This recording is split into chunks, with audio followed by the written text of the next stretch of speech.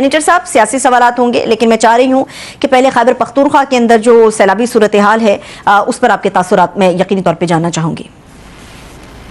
यकीन कुदरत की आफत है और कुदरत की आफत में हमदर्दियाँ सारी अपनी कौम के साथ दायर है। वो जो आफत हम पे भी है, वो आफत खैबर पख्तूनख्वा की आवाम पे भी है, जो डायरेक्ट अफेक्टी हैं उन पे भी हैं, जो इनडायरेक्ट अफेक्टीज हैं उन पे भी हैं।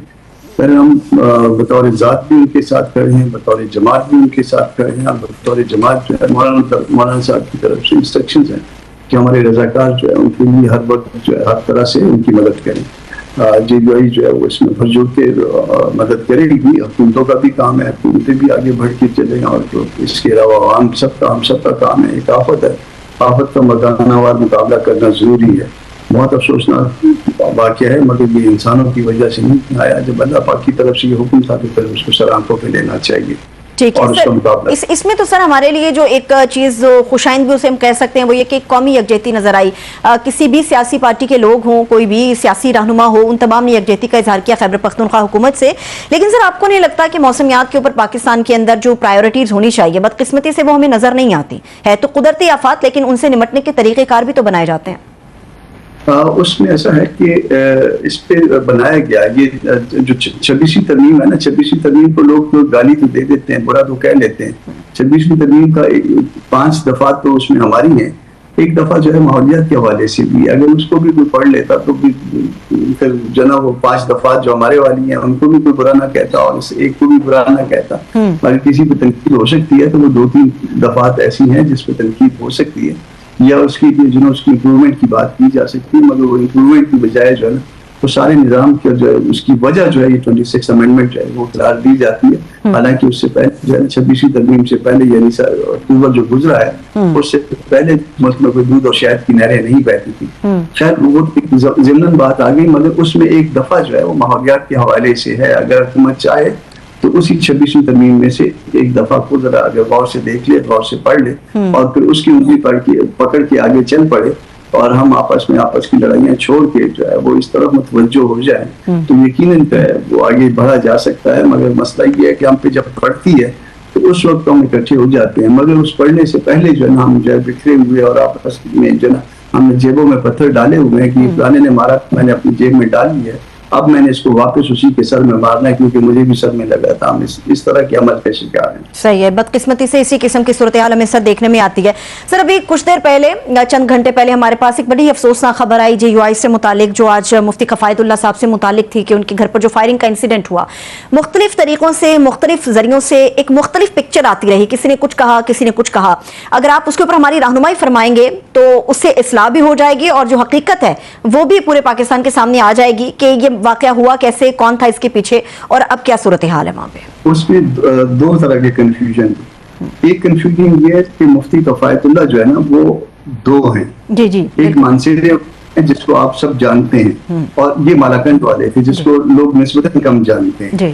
तो उन मुफ्ती कफ़ायतुल्लाह को जो आपके सबके ज़हन में है उनको अलहदा कर लीजिए, और ये जो है ना वो मेरा ख्याल है कि आमतौर पे लोगों के जहनों में नहीं है। वो तो पहले यही कंफ्यूजन हुई बहुत सारे लोगों ने, जो असल वाले दूसरे मुफ्ती कफ़ायतुल्लाह साहब है जिनको पूरा पाकिस्तान जानता है, पूरा मीडिया जानता है, बदकिस्मती से उनकी तस्वीर चलती रही। उसके बाद जो दूसरे मालाकंड वाले हैं उनकी तस्वीर आई हमारे पास, तो मैं उन्हीं से मुतालिक से जानना चाह रही हूँ कि क्या इन्फॉर्मेशन है। एक कंफ्यूजन तो 2 हिस्सों वाले से दूर कर दें, दूसरा इनका घर का मामला है।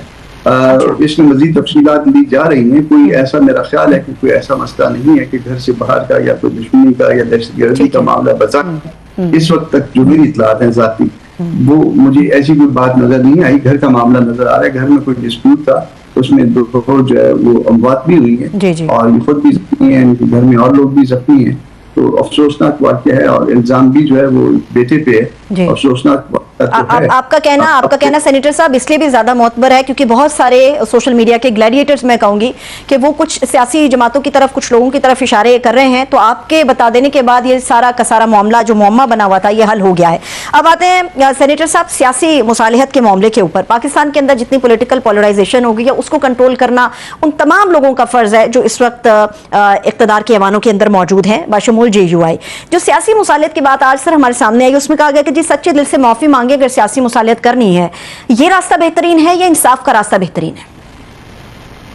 देखिए, इंसाफ का रास्ता तो हमेशा अच्छा है, बहुत अच्छा है।